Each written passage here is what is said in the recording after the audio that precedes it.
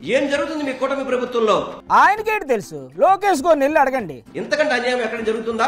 ఇక్కడ తప్ప ఇంకెక్కడా జరగదు సార్. పుష్కరాల్లో మనుషులు చనిపోవడం, ముక్కోట ఏకాదశికి మనుషులు చనిపోవడం, అదే విధంగా ఈ రోజు చంద్రోత్సవానికి మనుషులు చనిపోవడం, భక్తులు చనిపోవడం, ఏంటండి ఇది? ఇంకా నయ్యం, వీటన్నింటికి మీ ప్రభుత్వమే కారణం అనలేదు, అక్కడ సంతోషించండి. చంద్రబాబు నాయుడు గారు, డిప్యూటీ సీఎం గారు, కూటమి ప్రభుత్వంలో నాయకులందరూ కూడా చెప్తున్నా నేను. ఏం చెప్తారో చెప్పండి. ఇప్పుడు మీరు సంప్రోక్షాలు చేయండి. వాళ్ళందరూ చెయ్యాలా? డిప్యూటీ సీఎం గారు ఒక్కరు చేస్తే సరిపోదా? గతంలో 2019-24 వరకు జరగనమే జరిగినట్టుగా చూపెట్టిన ఎల్లో మీడియా ఈ రోజేమో ప్రమాదం అంట, తెలియక జరిగిందంట అని చెప్పని కళ్ళబొల్లు కబుర్లు రాస్తున్నారు.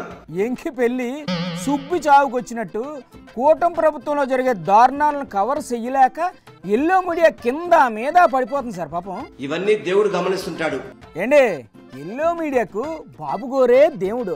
ఆయన ఆశీస్సులు ఉన్నంతకాలం వాళ్ళు ఎలా సందమామ కథలు, కాకమ్మ కబుర్లు రాస్తూనే ఉంటారు, చెబుతూనే ఉంటారు.